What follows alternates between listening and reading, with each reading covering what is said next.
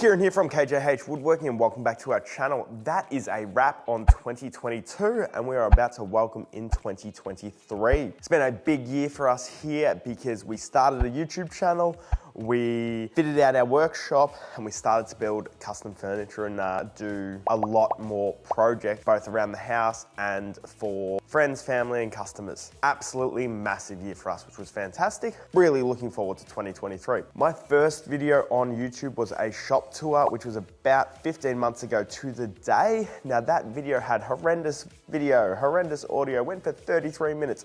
I can assure you today is not going to be the same. We're gonna do a quick whip around the shop, show you what we've improved, what we've changed. Then we're gonna talk about what we've got in store for our YouTube channel over the next 12 months, as well as what we plan on upgrading and changing in the workshop. We're gonna follow the same format as the original video so that you can see the same walls, same areas, side by side. Let's go. This was one of our first upgrades we made once we started our YouTube channel and started really working in the workshop, which was our timber storage wall. So we have timber racking all up the top there, and we have a storage cart below for all of our ply and sheet goods that can pull out. Everything that we've built will link videos throughout and in the description below, so you can check those out at the end. But this was our biggest improvement by far because it made everything so much cleaner, neater, more functional. I wish we had done that when we first moved in the shed, but hindsight's a beautiful thing, isn't it? We've just recently bought a platform ladder to make accessing this so much safer and easier.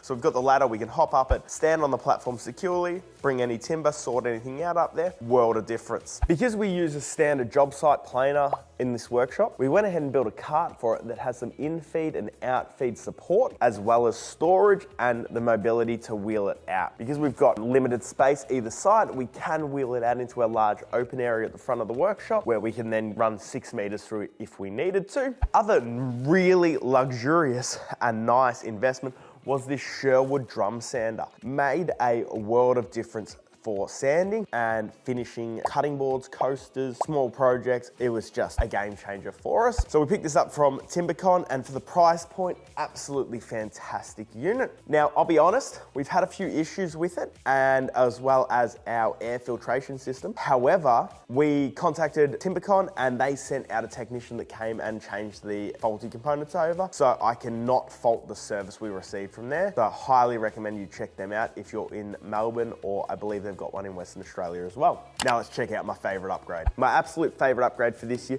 was going from a job site saw, which was built into our workbench, to this beast of a cabinet saw by SawStop. I'm not sure if it is because I went from such a poor quality saw to jumping to something so good that the difference was astronomical. But the quality of cuts, the power, the dust extraction, everything on this saw, I cannot fault.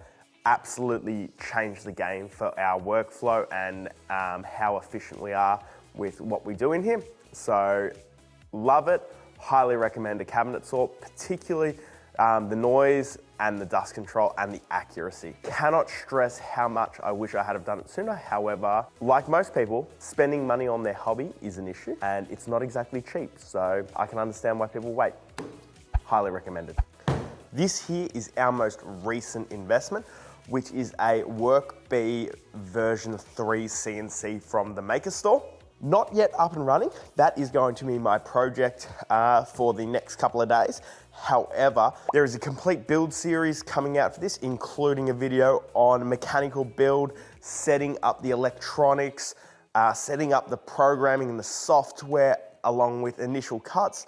And then there's going to be a video on how we build out our complete storage solution underneath, as well as a vacuum table solution, which is gonna be sensational because it just runs off cheap vacuums that I bought off Amazon. So if you wanna see something like that, subscribe to the channel because that will be coming very soon in the new year. So Heather's been doing a lot of laser work in the workshop, particularly for Christmas, Easter, and baby gifts. So we had to find a solution that allowed us to run the laser while we were working in the workshop. We built this enclosure that keeps the fumes cross-ventilated, so it sucks air in here, exhausts it on the outside, as well as keeps the laser beam concealed, so there's no danger to any eyes. But then you've got your Perspex top that allows you to still see inside of it, and it's easy enough to open and close. So if you want to see how we built that, that video will be coming out on the channel pretty quickly in the new year as well. It is just being edited at the moment. But yeah, that was a massive improvement to what we were using before, considering the laser runs pretty much 12 hours a day while we're approaching Christmas or a holiday.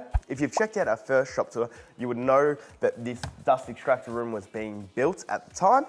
That is now complete. We've gone ahead and upgraded to a massive 2-stage dust collection system by Sherwood, as well as incorporated the IVAC system, which automates all of our blast gates throughout, because dust is one of the biggest hazards that I see in a workshop because you can't see it and it's difficult to control.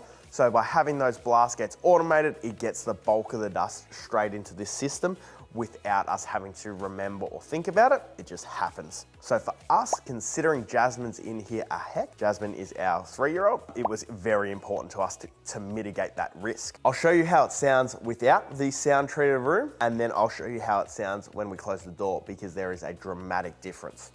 That's it's on with the door open. Shut the door and it is significantly quieter. Absolutely made a massive difference to how frequently we used it, particularly with having the CNC, because that's going to be plumbed in and this will be running anytime the CNC is running. So trying to keep that noise down for both us and our neighbors, because we're on a residential block, was a must for us. Now this wall here is where a lot is going to change for us in the new year. Some of it's already started to change. We've started to bring tools over here. They were stored at the back of the shop. Now they're stored on this wall, but there are a few more tools that we're hoping to get incorporated into this wall here. One of them is a router table. We've actually got the router table kit. We bought it about 12 months ago. Haven't built the table. So that is going to be a project that I'm wanting to do pretty early on in the piece. We also have a spindle sander, so we want to build that into a cart so that it's readily accessible rather than having to pull it out, set it up. It's just always there. I find when stuff's always there, readily available, you tend to use it more for the right application rather than just going, oh, it's going to take me too long to set that up. I'm just going to do it unsafely with this tool or that tool or whatever. I know I do that. I don't know if everyone does that, but I do that. I'm one of those people that doesn't like setting things up. So if it's available, I'll use it. If it's not, I'll find some other way to do it. We also want to upgrade our drill press because we did not know that we would use it nearly as much as we do. And this drill press is an entry-level drill press that has a lot of flaws. Great to start out with, but we're now at the point where we're looking to get more quality tools to allow us to do things more productively. While this works well, it'll get you close enough where we need a bit more of that accuracy. So when we do make that upgrade, we'll end up building that out with some storage and hopefully some integrated dust control. So we've got the ducting right above it, so there's plenty of opportunity to keep that dust away. So this is our miter saw station. So we were halfway through this back when we did our first shop tour. However, once we had finished it, we weren't 100% sure on the drawer layouts.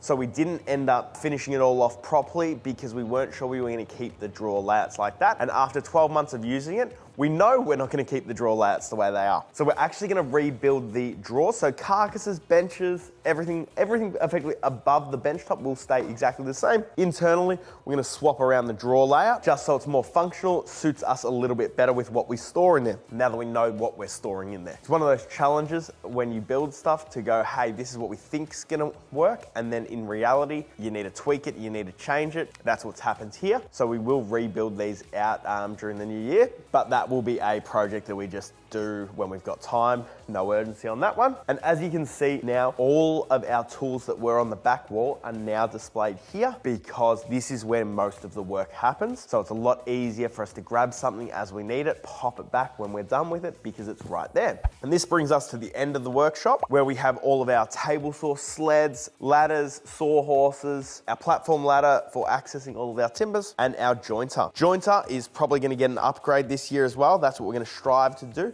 because we want to upgrade to a helical head with a much larger bed. I think that's what they're called.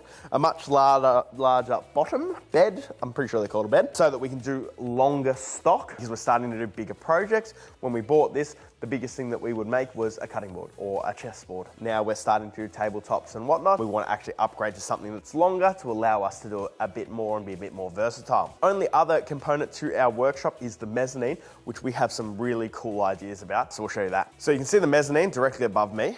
we've actually gone ahead and enclosed that mezzanine. What we're planning on doing with the mezzanine is actually putting a KJH Woodworking sign right about here, directly above my head, and then filling that whole wall out with stickers from makers and people that want to empower makers around the world. So whether you be a maker or whether you're someone that makes something that supports a maker, like the Maker Store, for example, we want to get your sticker up on that wall and see how many we can actually get up there by the end of 2023. So if you're wanting to do a sticker swap, we'll send you a sticker, you send us a sticker, comment sticker down below, and we will work out how we can get you one and get one of those stickers up on that wall. Because yeah, we want to build that out as quickly as possible with as many stickers from as many countries as we can, because we think that would be really cool to have in the shop. So that concludes the workshop tour. Things that we have in store this year in terms of furniture or project builds is we are fitting out our master bedroom. So we're building a feature wall, dropped bulkhead, doing some LED strip lighting, floating bedside table. So that project's gonna be really cool. We also want to build a couple of coffee tables, an outdoor table with some live edge and some resin. One of them will be the biggest epoxy pour we've ever done, so we're hoping to get that done throughout the year as well, along with a whole heap of small projects as they crop up. And Heather is planning on doing a lot more tutorials on light burn and laser engraving and cutting, and how she makes her baby products, her birthday products, all of that sort of stuff. So if you're interested in that, subscribe to the channel. If you've liked this and you want to see more, we will link something on the screen that we think you love. Otherwise, we will catch you on the next video. Cheers, guys.